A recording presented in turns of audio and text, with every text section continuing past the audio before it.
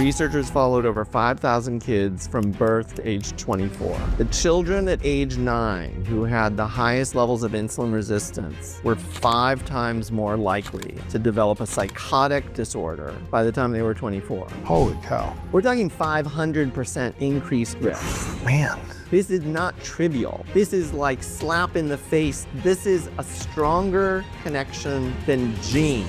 Psychiatrist and an assistant professor at Harvard McLean. The world expert in the relationship between metabolic disorders and psychiatric disorders. Author of the book Brain Energy. Dr. Christopher M. Palmer. You're gonna look at some kids who get diagnosed with ADHD, and if they're in a crappy, abusive household, yelling, screaming, shootings on the street, it's pretty clear why that kid is having some mental health condition. Sure.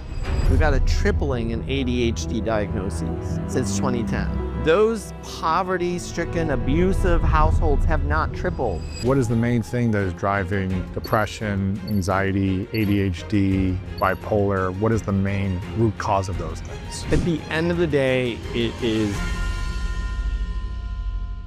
Hey, my friend Lewis Howes here, and we have a big episode with Dr. Chris Palmer. He's going to share some shocking statistics about the rise in mental health disorders from anxiety and depression to ADHD and bipolar disorder. And he's going to share some compelling cases for why integrating both physical and mental health treatment could be the key to helping you and millions of people recover with these challenges. I am so excited.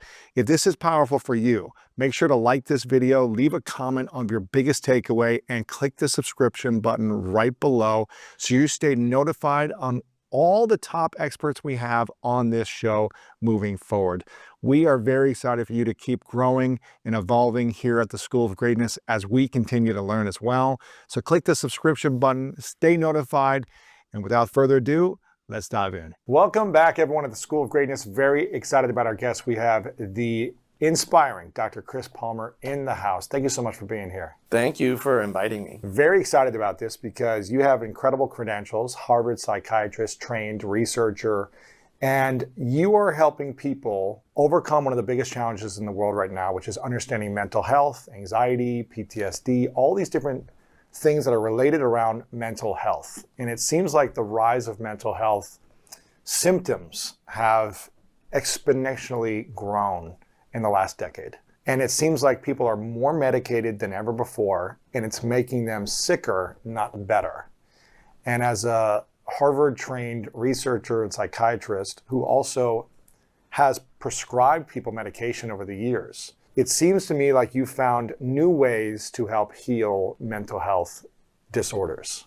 Is that correct? That is not related to medication. That is correct. It's about integrating physical health and mental health. And when you put it together, more often than not, you can actually help people heal and recover. What would you say then is the root cause of mental disease? And is that the correct way to say it? Is it a mental disease or mental disorder, mental health condition? What is the correct? That is the million-dollar question. Because some people will say, I'm struggling with my mental health, I'm burned out. That is very different than I'm struggling with my mental health because I had a really horrible childhood. Which is different than I have a mental illness, which is different than I have a mental disorder, or my son has a severe chronic disabling mental disorder, which is different than I'm neurodivergent. I'm just neurodivergent. People need to accept me. I have a different brain. I'm autistic, or I have ADHD, or I have a learning disorder. We have these different labels, these different words, and they can mean vastly different things. And yet they're all interconnected. They can't be separated. And I think that's one of the more complex areas, because even the Surgeon General is saying things like, we have a mental health epidemic, and one of the root causes is loneliness. Yes. If we just address loneliness, we'll address this mental health epidemic. But you can be in a community of your friends and family, but if you're eating all the wrong things, it's going to affect your brain and your mental health as well. Exactly. there's more to mental health than just loneliness. So yes, I don't disagree with the Surgeon General that loneliness is one piece of the puzzle. I don't think that we have a loneliness epidemic that is driving autism, that is driving ADHD, that is driving bipolar disorder. I don't think the loneliness epidemic is driving all of those things. I think there's much more to the equation than that. What is the main thing that is driving depression, anxiety, ADHD, bipolar? What is the main root cause of those things? At the end of the day, it is metabolic dysfunction. And what is metabolic dysfunction? So, that even gets really complicated fast. The easiest way to explain it is that, most people think of metabolism in simple terms. And they think about it as either you got a fast metabolism or a slow metabolism, and that makes you lose weight or gain weight. Athletes might think about metabolism in a somewhat more sophisticated way. They might talk about VO2 max and some other things. If you've got a good metabolism, a healthy metabolism, a superior metabolism, you can run faster, you can lift more, you can do more.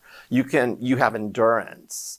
You can run for 30 miles instead of the person who can only make it 2 miles and then peters out. And the reality is metabolism is those things and is related to those things and does largely influence those things, but metabolism is so much more than just those things. The simplest definition is probably it's a process that all living organisms use to take food, oxygen, and some other critical ingredients like vitamins and nutrients and turn those into energy or building blocks for cells. And that is what fuels our bodies. It's how our bodies grow. Yes. It's how our cells repair themselves. But it's also how our cells end up making hormones. It's how they make neurotransmitters. It's how our muscles move. In a way, metabolism is biology. Mm-hmm. My work is easy. It's like this overwhelmingly complicated thing. So if your biology is bad or off, your mental health is probably going to be off as well. Depending on where in the body it's occurring, yes. When your biology is off or when your metabolism is off, you are likely going to have signs or symptoms of a problem somewhere in your brain or body. Really? And that could be high blood pressure, high blood glucose in the form of prediabetes or diabetes. It could be obesity.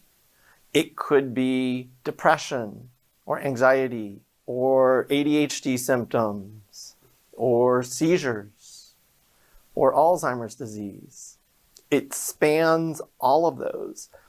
Again, not because metabolism is simple, but because metabolism is ridiculously complicated and all-encompassing when it comes to biology. So in that sense, some researchers will even push back on me and say, Chris, come on, that's not very helpful.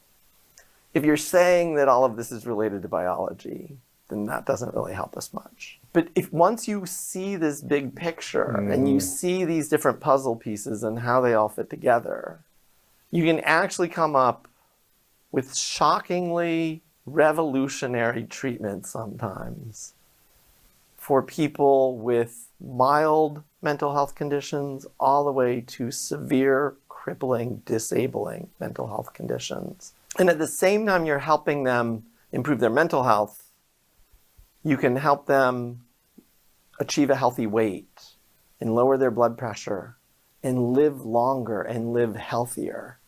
But I mean, as a Harvard researcher, psychiatrist, you're supposed to be studying the brain or the mind, right? You're not supposed to be studying, or thoughts, you're not supposed to be studying the body, right? That is exactly right. That's the way most people think of a psychiatrist. Right. You're not supposed either to don't think about the rest of the body, just the mind or the brain or the thoughts, right? You're a shrink and you lay people on couches and you talk to them about their dreams and their past and their childhood and everything else. Or you're focused on these chemical imbalances, all these neurotransmitters, and you're prescribing pills. Lithium, Prozac, Zoloft, Xanax, Klonopin, Depakote, whatever. You're just prescribing pills to try to modulate the brain activity. The body doesn't work modularly. It works as a unified system, right? It sure does. It sure does. So you can't treat one element of the body or the brain by itself without hopefully treating the holistic part of the human being, correct? I think that is, what you just said is 100% correct. And what you just said, when you say it like that, it sounds so obvious. But most people are going to think, well, duh. But we in the mental health field, I just want to make clear how disruptive this is to the current paradigm. We in the mental health field prescribe pills that cause obesity. That cause it. Cause it.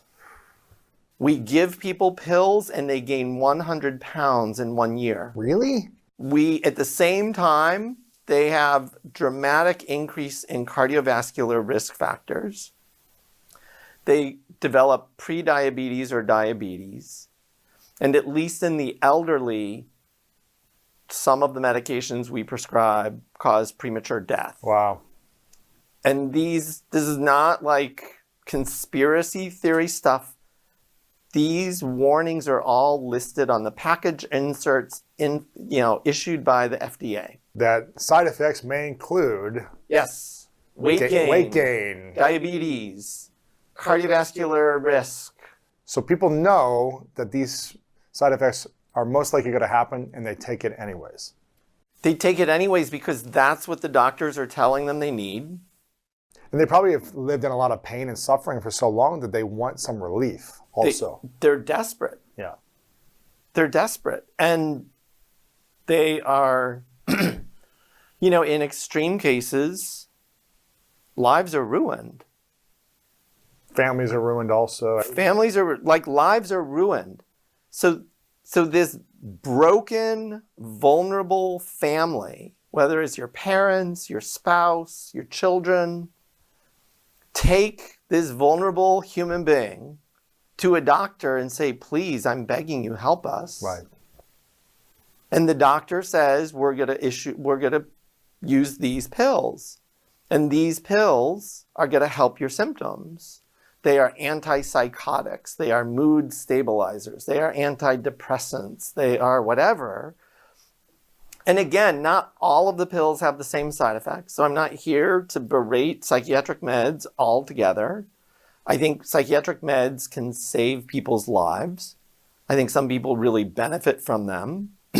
So I can play both sides of that fence. But the most disruptive part about linking physical health with mental health, or linking metabolic health with mental health, is that so many of our standard treatments are doing exactly the opposite of what we want to do. Mm-hmm.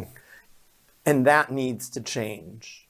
And it needs to change as soon as possible because lives are at stake and human beings are suffering. Yes. I'm curious, based on how long have you been a psychiatrist for now?